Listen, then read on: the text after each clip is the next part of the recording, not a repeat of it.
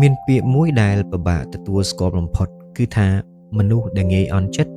គឺមិនមែនព្រោះតែអ្នកដទៃធ្វើខុសទាំងអស់ទេតែដោយសារចិត្តខ្លួនឯងនឹងមិនទាន់រឹងមាំឬអាចនិយាយបានថាអន់ចិត្តមកពីចិត្តរបស់អ្នកនឹងអន់ប្រហែលពេលអ្នកឮប្រយោគនេះដំបូងអ្នកអាចមានអារម្មណ៍ថាវារៀងធ្ងន់ពេកប៉ុន្តែសូមកុំបញ្ញាប់បដិសេធអីសាកស្ដាប់រហូតដល់ចប់សិនព្រោះថាប្រហែលជាអាចផ្លាស់ប្ដូររបៀបដែលអ្នកមើលជីវិតនិងទំនាក់ទំនងជាមួយមនុស្សជុំវិញខ្លួនឯងមនុស្សភាគច្រើនគិតថាខ្ញុំឈឺចិត្តព្រោះគេនិយាយអាក្រក់ខ្ញុំអន់ចិត្តព្រោះគេមិនឲ្យតម្លៃខ្ញុំមានទុក្ខព្រោះតែគេនឹងមិនយល់ពីខ្ញុំប៉ុន្តែអ្នកធ្លាប់សួរខ្លួនឯងទេថាបើមនុស្សពីរនាក់ជួបហេតុការណ៍ដូចគ្នាតើហេតុអីបានម្នាក់ញញឹមបានគណៈពេលដែលម្នាក់ទៀតនឹងឈឺចាប់អស់ជាច្រើនថ្ងៃចម្លើយគឺថាមិនមែនរឿងដែលកើតឡើងនោះទេប៉ុន្តែគឺចិត្តដែលអ្នកឆ្លើយតបទៅនឹងរឿងដែលកើតឡើងនោះចិត្តដែលមិនបានវឹកហាត់គឺដូចជាកូនក្មេងអញ្ចឹងពេលក្មេងតូចម្នាក់ចង់បានរបស់លេងហើយឪពុកម្ដាយអត់ទិញឲ្យគេយំភ្លាមមិនមែនព្រោះតែប្រដាប់លេងនឹងវាសំខាន់ប្រមាណទេតែព្រោះតែគេនឹងអត់ទាន់ចេះគ្រប់គ្រងនៅអារម្មណ៍របស់ពួកគេចិត្តមនុស្សយើងក៏ដូចគ្នាបើមិនអប់រំវានឹងចង់បានការកោតសរសើរចង់បានការទទួលស្គាល់ចង់ឲ្យគេគ្រប់គ្នានឹងស្រឡាញ់ពេញចិត្តហើយចង់បានរបស់អីនឹងភ្លាមចង់ឲ្យអ្វីៗគ្រប់យ៉ាងកើតទៅតាមចិត្តដែលយើងចង់បានហើយពេលដែលអត់បានវានឹងអន់ចិត្តភ្លាមរឿងមួយដែលកើតឡើងរាល់ថ្ងៃអូខេសាកសម័យមើលថាមានគូស្នេហ៍ឬគូសង្សារមួយគូតែងតែផ្ញើសារឲ្យគ្នាជារៀងរាល់ថ្ងៃឆាតចុះឆាតឡើងអីចឹងទៅតែថ្ងៃមួយនៅពេលដែលខាងស្រីឆាតទៅកាន់ខាងប្រុស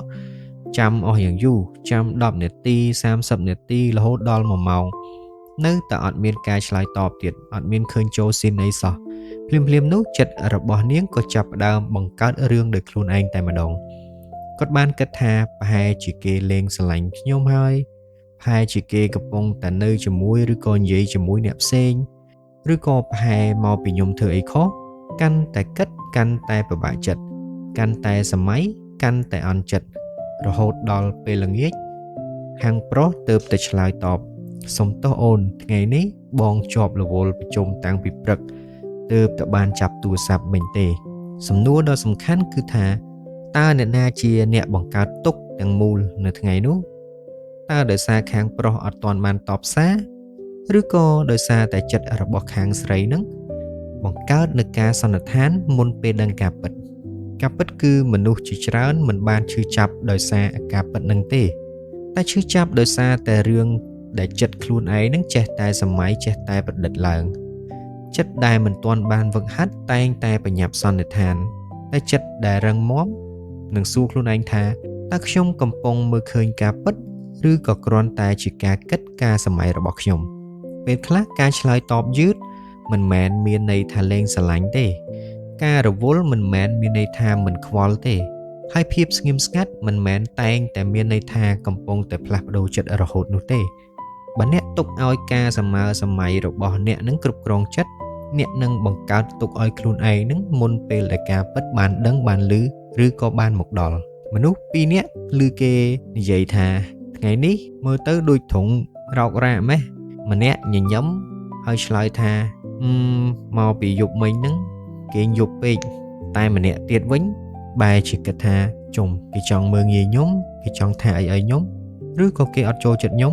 ពាក្យដូចគ្នាទេតែចិត្តខុសគ្នាជីវិតក៏ខុសគ្នាដែរនេះហើយគឺជាការមើលឃើញរបស់មនុស្សព្រះពុទ្ធមិនដែលបង្រៀនឲ្យយើងនឹងទៅឈ្នះអ្នកដទៃទេព្រះអង្គបង្រៀនឲ្យយើងនឹងព្យាយាមឈ្នះចិត្តខ្លួនឯងនៅក្នុងព្រះពុទ្ធសាសនាមានពាក្យមួយដែលមានន័យថា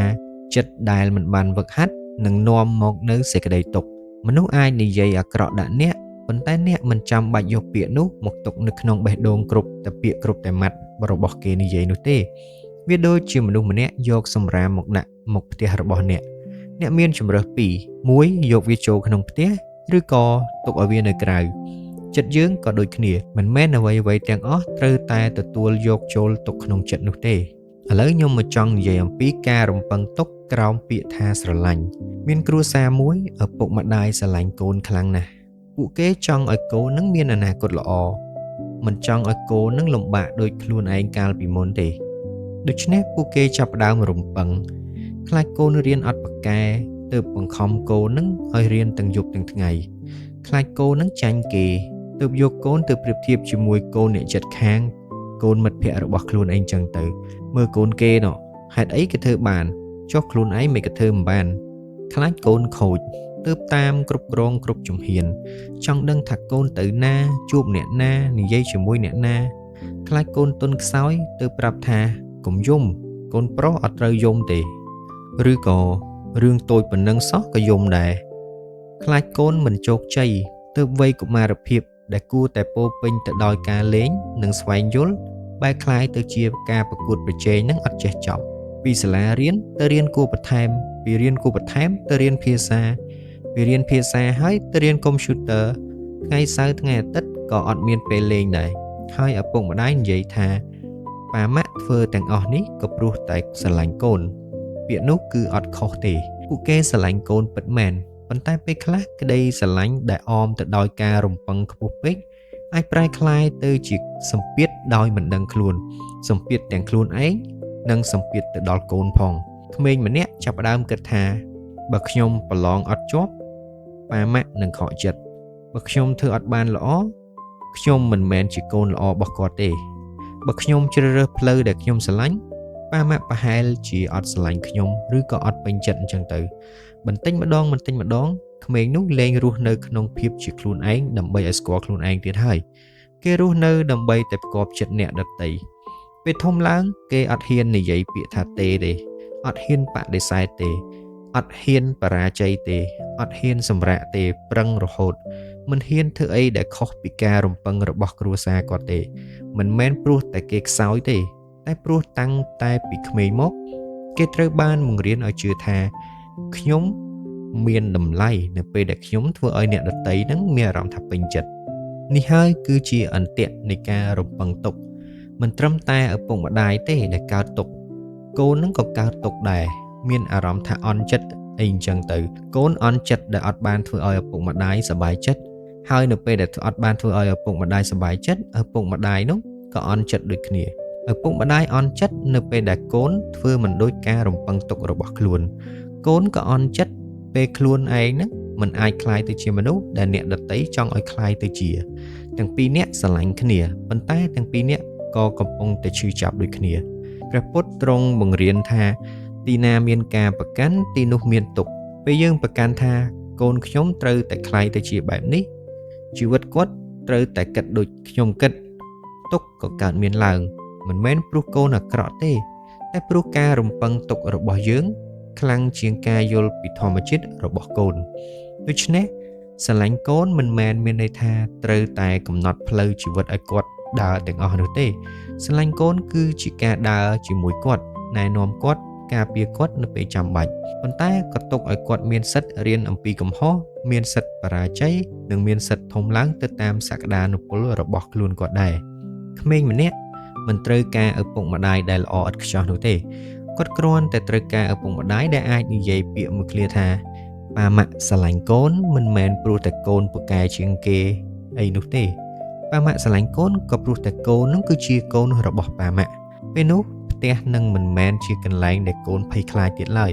អត់មានការអន់ចិត្តអីទៀតទេផ្ទះនឹងក្លាយទៅជាកន្លែងដែលកូននឹងអាចដកដង្ហើមបានអាចសម្រាកបានយ៉ាងស្រួលគឺជាកន្លែងដែលកូនអាចនិយាយថាថ្ងៃនេះខ្ញុំបរាជ័យដោយមិនមានភាពភ័យខ្លាចនិងបាត់បង់ក្តីស្រឡាញ់ពីគ្រួសារដោយមិនខ្លាចឪពុកម្ដាយនឹងអន់ចិត្តព្រោះក្តីស្រឡាញ់ពិតមិនមែនជាការបង្ខំឲ្យមនុស្សម្នាក់ខ្លាយជាអ្នកដែលយើងចង់បាននោះទេក្តីស្រឡាញ់ពិតគឺជាការជួយឲ្យគាត់ខ្លាយទៅជាខ្លួនឯងដ៏ល្អបំផុតមនុស្សរឹងមាំមិនមែនមិនចេះឈឺចាប់ទេកុំយល់ច្រឡំមនុស្សដែលមានចិត្តរឹងមាំក៏ចេះឈឺចាប់ដែរក៏ចេះខកចិត្តដែរក៏ចេះយំដែរក៏ចេះអន់ចិត្តដូចគ្នាដែរភាពខុសគ្នាគឺគាត់មិនអនុញ្ញាតឲ្យអារម្មណ៍មួយផ្លែតនោះមកបំផ្លាញជីវិតរបស់គាត់ទាំងមូលនោះទេគាត់សម្រាកគាត់ពិចារណាគាត់រៀនហើយគាត់បន្តដំណើរទៅមុខត្រូវរៀនវឹកហាត់ចិត្តឲ្យដូចវឹកហាត់សាច់ដុំអញ្ចឹងគ្មានអ្នកណាកើតមកចិត្តរឹងមាំស្រាប់ទេដូចជាមិនមានអ្នកណាកើតមកមានសាច់ដុំធំទេត្រូវតែហាត់ត្រូវតែអត់ធ្មត់ត្រូវធ្វើរាល់ថ្ងៃ រាល់ពេលដែលអ្នកទប់អារម្មណ៍បានចិត្តអ្នកកំពុងតែរឹងមាំជាងមុនរាល់ពេលដែលអ្នកអត់ទោសបានចិត្តអ្នកកំពុងតែធំជាងមុនរាល់ពេលដែលអ្នកមិនប្រតិកម្មភ្លាមអ្នកកំពុងតែឈ្នះខ្លួនឯងហើយលំហាត់សាមញ្ញ3យ៉ាងសម្រាប់អនុវត្តនៅពេលដែលមានរឿងនឹងធ្វើឲ្យអន់ចិត្តទី1យើងអាចផ្អាក10វិនាទីមុននឹងយើងនិយាយឆ្លើយតបទៅកាន់រឿងនោះទី2សួរខ្លួនឯងថាតើនេះជាការពិតឬក៏គ្រាន់តែជាការសន្និដ្ឋានរបស់ខ្ញុំទី3សួរថា5ឆ្នាំទៀតរឿងនេះនៅតែសំខាន់ទៀតអត់ភាគច្រើនចម្លើយគឺអត់សំខាន់ទេតែហេតុអីត្រូវតែឲ្យវានឹងមកលួចយកសេចក្តីសុខរបស់អ្នកនឹងនៅថ្ងៃនេះថ្ងៃណាដែលអ្នកឈប់រស់នៅដើម្បីឲ្យគេគ្រប់គ្នាពេញចិត្ត